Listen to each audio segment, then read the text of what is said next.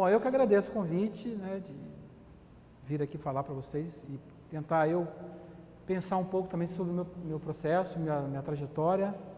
Sempre é uma oportunidade de fazer esse exercício que não é fácil, né?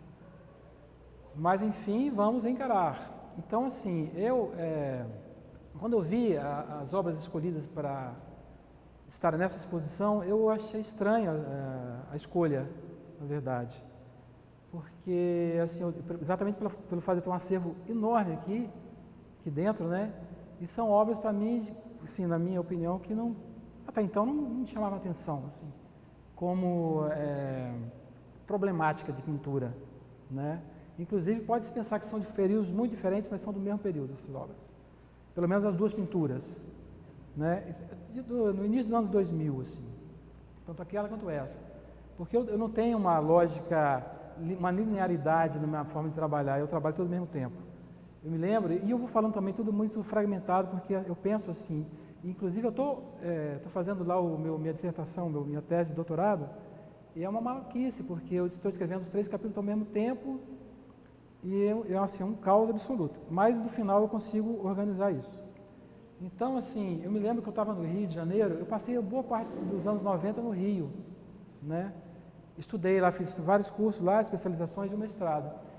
E trabalhei no Parque Lage, no MAN, tudo, fazia PUC, fiz o FRJ também. E depois eu aluguei eu morava no Horto, ali perto do Jardim Botânico, lá do Jardim Botânico do Rio.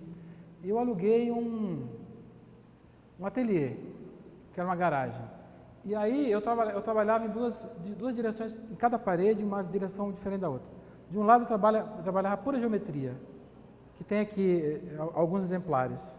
Eram grandes trabalhos, totalmente geométricos. Do outro lado eu trabalhava totalmente a expressividade. Então, assim, quando eu ia para o rigor, era um exercício exatamente de disciplina. Eu precisava de disciplina, né? Minha pintura vem muito da expressividade.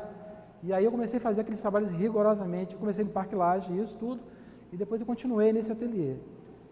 E aí eu saía de um polo ao outro, né? Quando eu estava saturado do rigor, eu media tudo com régua, riscava com a régua, media cada forma, cada quadrado, cada triângulo, sei lá o quê.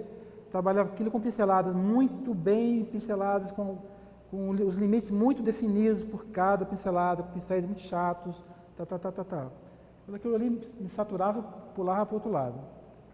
Aí eu lembro que foi uma pessoa lá e olhou aquilo e não entendeu nada, assim, falou assim. Aí quando olhou para o lado de cá, que era geométrico, não deu muita atenção. Quando olhou para o lado de lá, que era uma coisa, né, assim, falou assim, você está muito perturbado.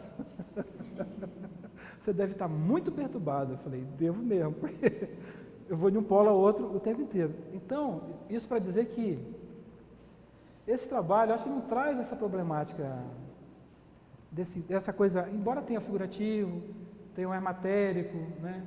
E tem essa outra obra que eu não sei de quando aqui de baixo é mais, vocês lembram? É dos anos 80, 90, 80 isso, não é? Anos 80. São um caminho muito fragmentado. Então eu estranhei muito, assim, essa escolha. Eu não sei exatamente por que o Valdir escolheu, qual foi a lógica que ele procurou para juntar isso, né? Não sei se é para fazer um padedê com boi, que tem a família, que trabalhou comigo nesse mesmo momento lá na sala de pintura, que era o ateliê, e eu não sei se era para trabalhar a questão da figuração, embora seja figurativo aqui também. Então, para mim, eu imaginava uma outra coisa. Eu tenho uma obra aqui que eu acho emblemática de todo o meu processo, que é a pintura vermelha, que é uma pintura autoportante feita sobre uma chapa de compensado. Aquela pintura, acho que ela traduz muito da minha inquietação em relação a suporte, a cor, matéria, né? E aí enfrentamento da pintura, que é uma pintura grande, de 2,20 por 1,60, numa chapa de compensado que fica amarrada com um arame, para se manter em pé. E ela veio junto com uma série de esculturas, que são os totens também, que aquilo foi se fechando, né? E aparecem os cortes e algumas pinturas sobre esses totens também.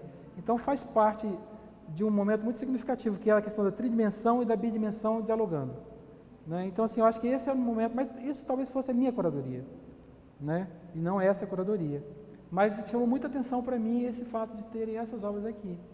Embora não as renegue, obviamente, né? Porque, na verdade, fazem parte de um retorno à Vitória. Eu voltei para Vitória para dar aula em 99 na UFES, no Centro de Arte, comecei a dar aula na UFES. E aí eu retomei a pintura de maneira bem intensiva, assim, e foi se criando um grupo em torno da sala 12, da sala de pintura, que foi acontecendo muita coisa interessante. E muita gente ali começou também, que não tinha uma relação com a pintura, como a Andréia, por exemplo, né? Que começou a desenvolver, ela não tinha trabalho nenhum, trabalho artístico até aquele momento, e no ambiente da sala, ela começou ela ficou durante um ano observando, e não se encaixava naquilo de fazer, e a partir de um ano ela começou a mergulhar nisso e foi uma produção super intensa, né, e, sei lá, riquíssima, né? Então eu acho que tem a ver, esse trabalho tem a ver com isso, porque falam nesse momento, né? Ou talvez também eu seja um pouco exibido demais com a pintura e quisesse estar mais representado, pode ser também, não sei. Pode ser. Mas de qualquer forma eu acho que a exposição está muito interessante. Hã? Sim. Exatamente, da pintura para mim tem a multiplicidade, entendeu?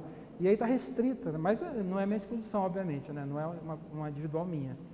Mas eu lá de longe, olhando pela internet, eu falei, pô, essas pinturas assim, sei lá, não dizem muito de mim, entendeu? Mas de qualquer forma, não renego as pinturas, obviamente eu gosto delas e tudo. Ah.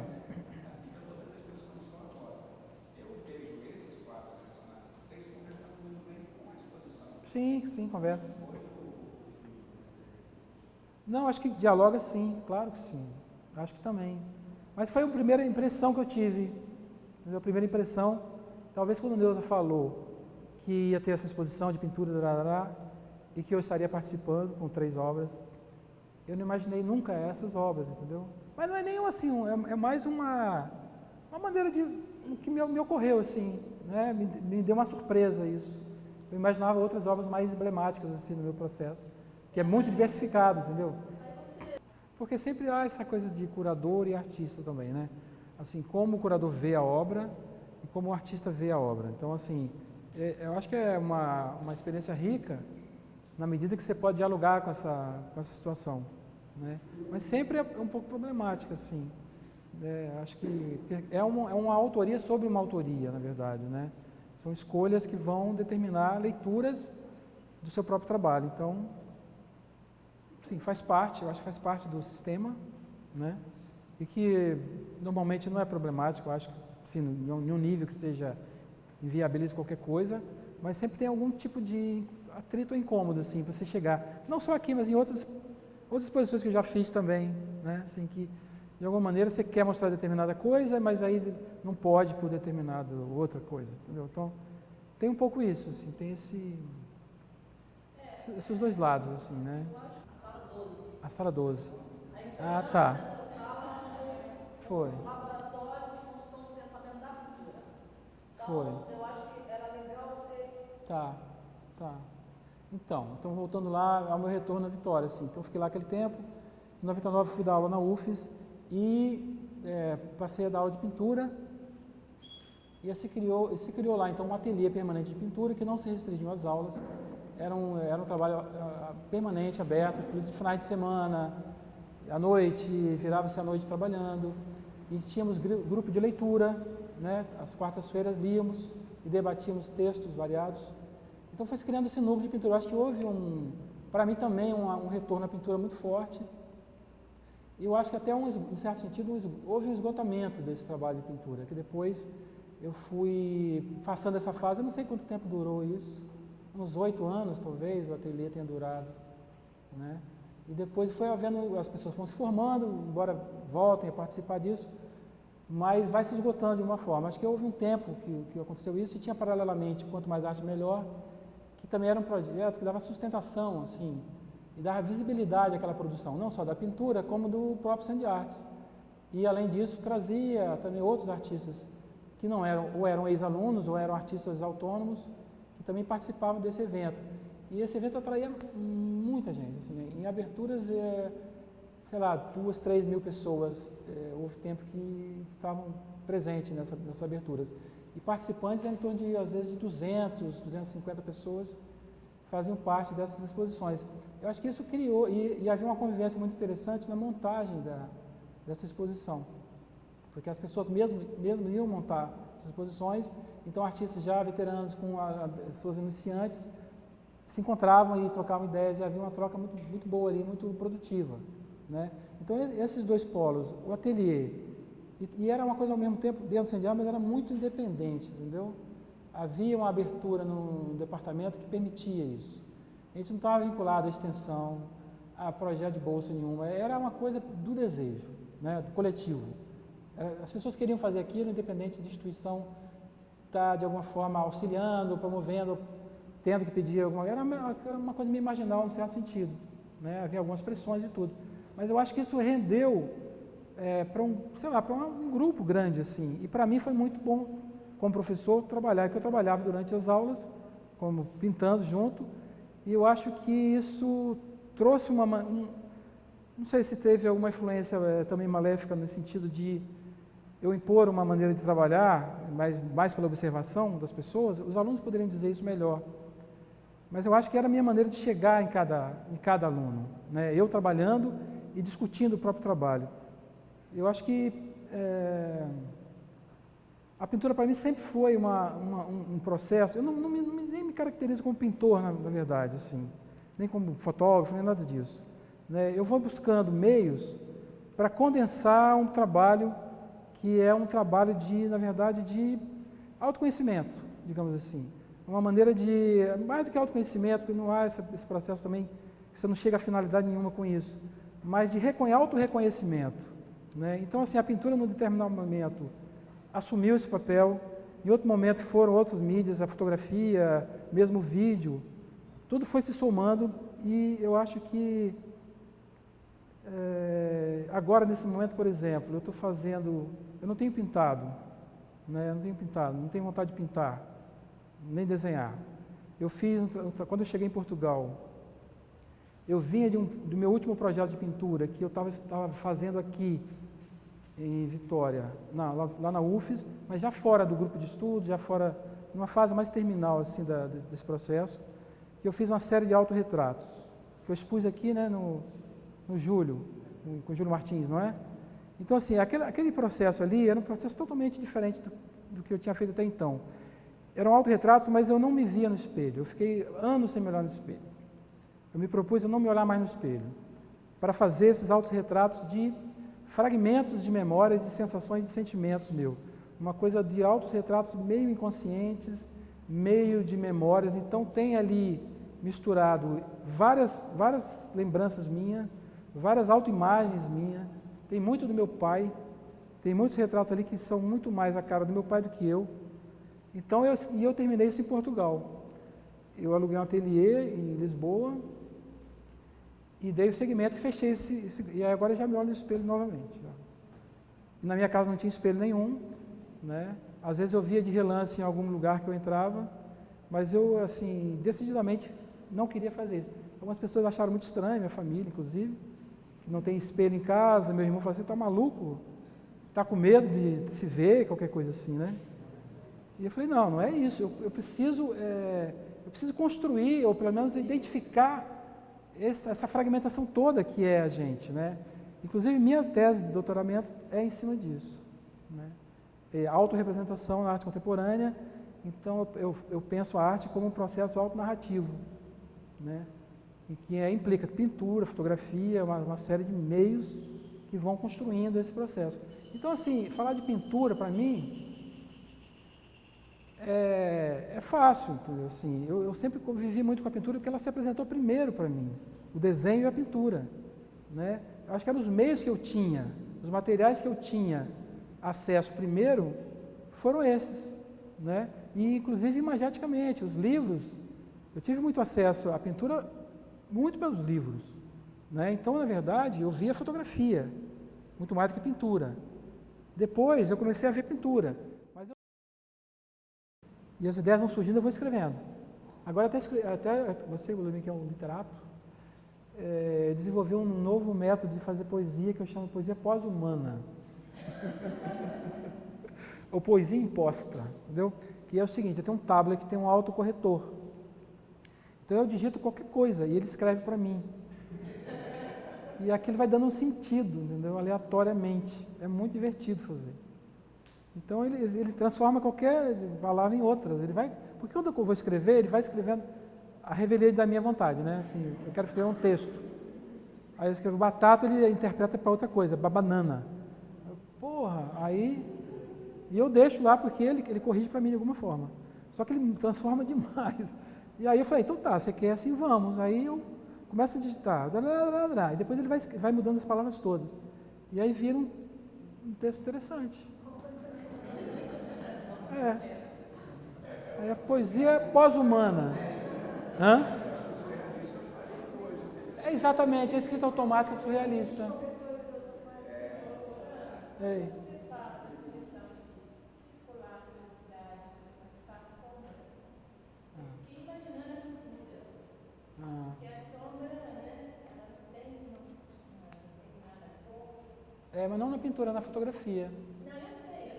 Tá. Mas me remete à pintura. Sim, porque a história do surgimento da pintura vem da sombra, né? É uma história de sombra, que uma menina apaixonada lá por um gajo, e aí ele ia para a guerra, aí ele projetou a sombra dele e delineou a sombra dele na parede da caverna, sei lá de onde que era. E aí a partir dali nasce a representação, a pintura, o desenho, a escultura. Depois o pai dela, que era um oleiro, faz aquilo em cerâmica. Então toda a história da representação vem da sombra. E outra princípio da questão da sombra é a primeira manifestação da alma, é a sombra. A primeira representação da alma para os primitivos é a sombra, né? O reflexo é a sombra. Então isso me interessa muito também, porque a sombra é uma coisa que está ligada a você, né? Mas ao mesmo tempo não é uma questão de representação do sentido. E quando eu faço minhas fotografias de sombra, eu não estou me representando, eu estou me pontuando. Né? Não é uma coisa narcisista, não que eu não seja narcisista também, lógico, mas não é uma questão de narcisismo ou de solipsismo, de eu estar centrado em mim. É muito mais uma questão de rasura, digamos assim, ou de pontuação, de... Eu percebi, eu tenho acompanhado você posta no Facebook, a sensação que me dava era uma forma de você se apropriar. Sim, é uma simbiose. É como se você se misturasse mesmo ali Sim. naquele momento e fosse como registro. Sim, sim.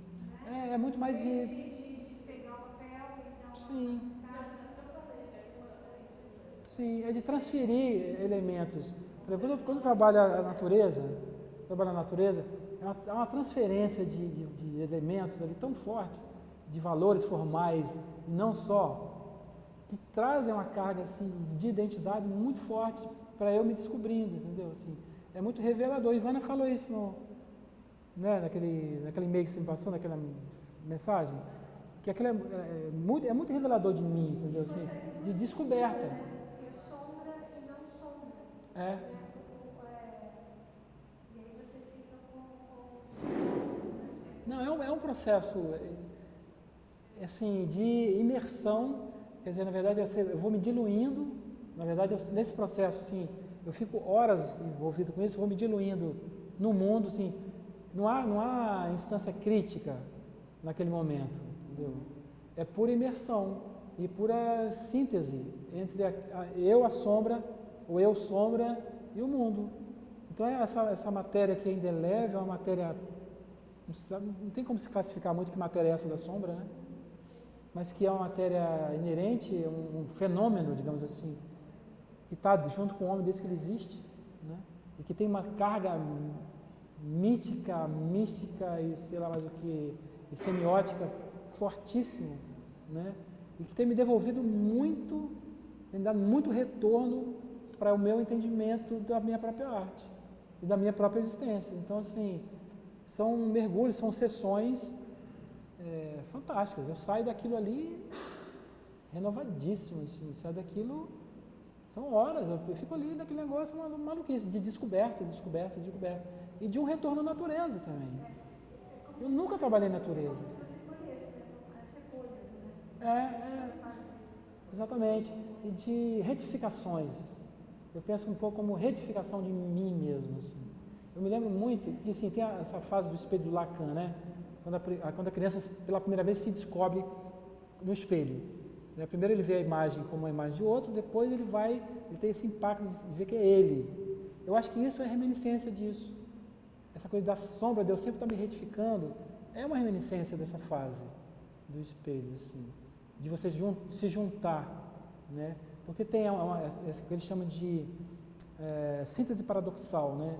De que ali a criança, ela cria um corpo único, porque até então os órgãos estão separados, ela está vinculada à mãe, então ali ela se junta, mas ao mesmo tempo existe o paradoxo de que ela está vinculada a uma imagem que não é ela, é só a imagem dela. Isso aí cria uma fissura também, né, psíquica. E eu acho que essa costura que eu vou fazendo com as sombras é um eco disso, é um ecoar disso, entendeu? Dessa coisa que todo mundo tem, que é o quê? É a incerteza de si. Essa impossibilidade de você envelopar-se, de você autodefinir-se de uma forma precisa, quer dizer, a não ser que você é a morte, né? Digamos assim. Só nesse momento que você vai, quer dizer, não vai nada, porque você não vai saber também. Então, não tem saída. Não tem saída, entendeu? Então, para mim, esse exercício, eu estou trabalhando muito teórico praticamente no meu trabalho, no doutorado. E estou adorando fazer isso, porque se fosse uma coisa só teórica, ia ser meio pesado para mim demais. Entendeu? Então, eu alimentando o meu texto com a leitura e com o meu processamento criativo de artista, eu tenho descoberto muitas coisas, assim, né? E eu vou descobrindo essas percepções. Então, a sombra, né? Daí, eu começo a me remeter, eu me lembro, quando eu era criança, assim, minha primeira fotografia que eu vi, eu tomei um choque. Primeiro que eu tive consciência, eu tinha 6 anos. Quando eu vi a minha foto, eu fiquei alucinado, eu não sabia que eu era assim. E de lá para cá, nunca mais eu me recuperei. Nunca mais me recuperei, porque é um susto atrás do outro. E aí eu decidi, vou parar de olhar no espelho, porque eu quero ver o que sai da minha cabeça, o que sai de mim, sem ser essa imagem especular, né? Porque tem uma psicanalista francesa, Françoise Douto, que ela faz uma leitura diferente do Lacan, a partir da fase do espelho. Que ela não concorda com o Lacan que há uma unificação ali.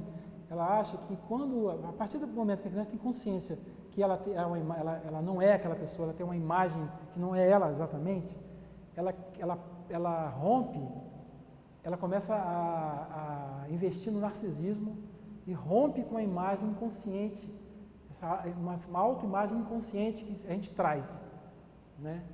Então, assim, é uma coisa muito mais dramática do que é para o Lacan. Assim. Então, esse exercício, sem conhecer a Douto ainda, esse exercício de tirar a imagem especular, foi um pouco isso, de eu recuperar que imagem inconsciente é essa que eu tenho de mim. E é uma coisa sem fim, é infinito. Não tem solução, né? Não tem fim, na verdade, né? Quando eu me olhava, assim, botava aquele monte de autorretrato, assim, e que é um diferente do outro, né? E quando eu estava pintando a sala de pintura, e que aquilo aí tem um movimento das pessoas e todo mundo dá um palpitezinho, um dá uma olhada, não sei o que lá, aí, assim, e eu via que as coisas estavam acontecendo, mas eu só terminava o trabalho na medida que eu achava que aquele era eu, por algum motivo secreto, que eu não sei qual é. Não, mas aí eu tinha certeza que era eu, entendeu? Embora depois eu fosse olhar cada um, é uma coisa completamente diferente. Totalmente, exatamente. Ali é o início de tudo, né? Que é o questionamento sobre a própria imagem no espelho, o que fica e o que sai, né? Exato, começa meio ali mesmo, né? Acho que sim. E aí começou com um texto que vem vomitado, assim, jamais pensado, um texto que vem inteiro. Eu acordo de madrugada e escrevo um texto inteiro. Pronto, não preciso retificar mais nada. Né? É muito maluco isso, né? Às vezes eu tenho essas coisas assim. E eu falei, vem da onde isso? Veio da onde? Esse cálculo que você faz é um processamento que nem você dá conta, né? Como aquele da pinturinha, uma desgraça, Aquilo também, você viu? Vem inteiro. Tá?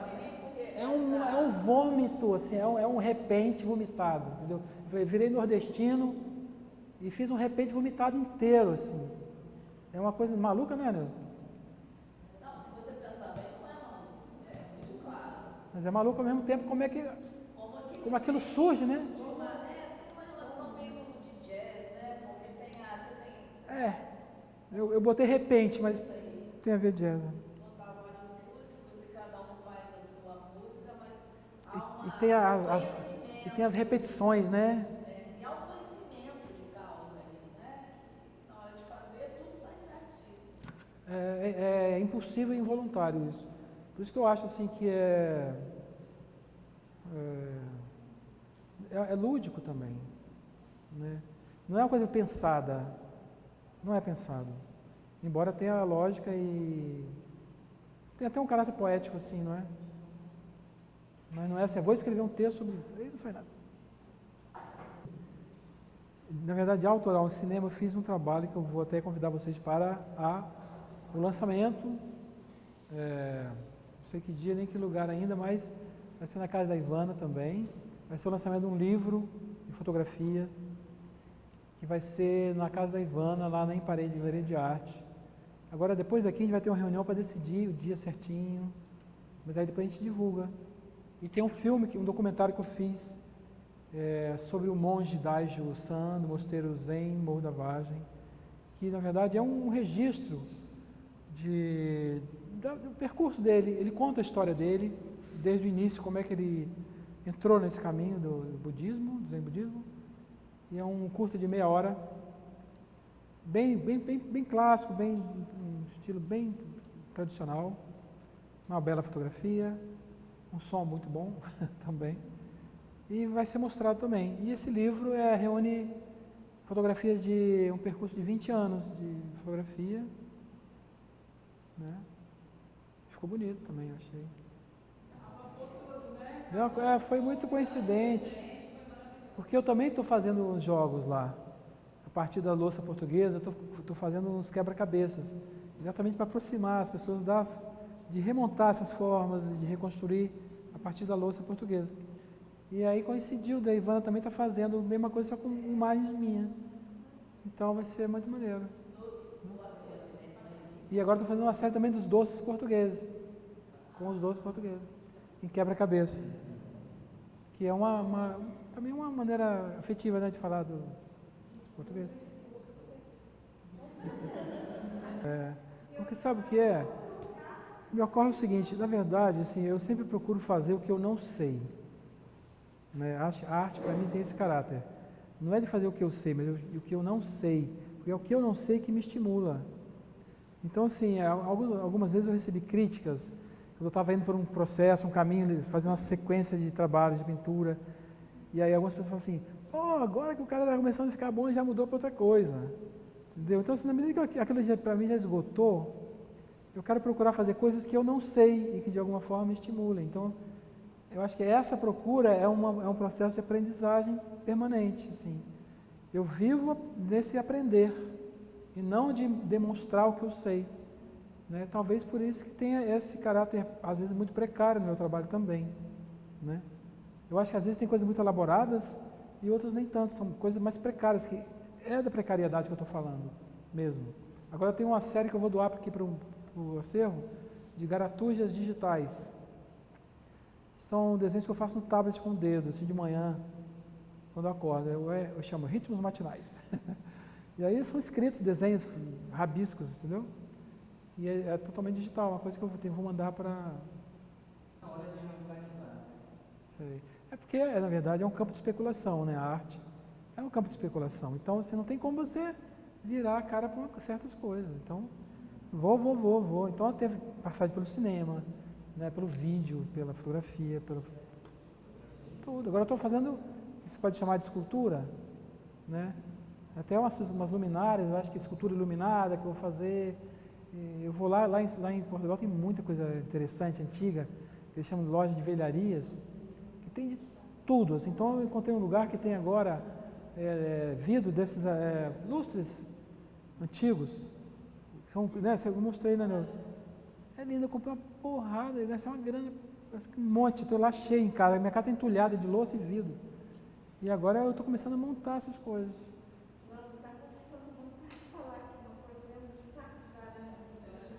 Ah.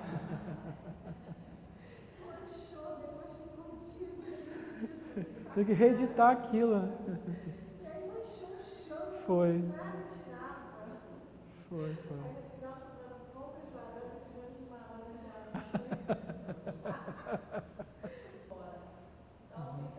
Tá. Desse conhecimento seu do André, eu sei que não era muito das artes, Não. com ele. André foi assim, né? Não foi nem assim. André apareceu lá um dia na sala de pintura, pediu para pintar. Ele não é universitário, ele era surfista e maluco. E ele falou, pô, posso pintar aqui? Não sei. Eu falei, pode.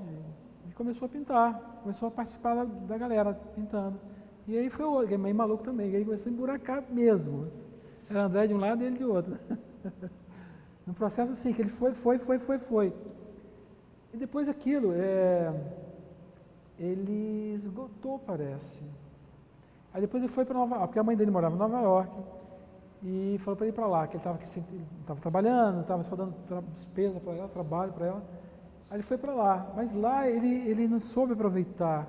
Ele teve até a chance de participar de uma exposição e de produzir, arranjar um espaço, mas ele não deu continuidade, ele parou, nunca mais pintou nada. Ele é daqui de Vitória. Eu conheci a família dos avós dele. Os avós dele eram vizinhos lá de casa, quando moravam no centro, na Cidade Alta, onde eu nasci.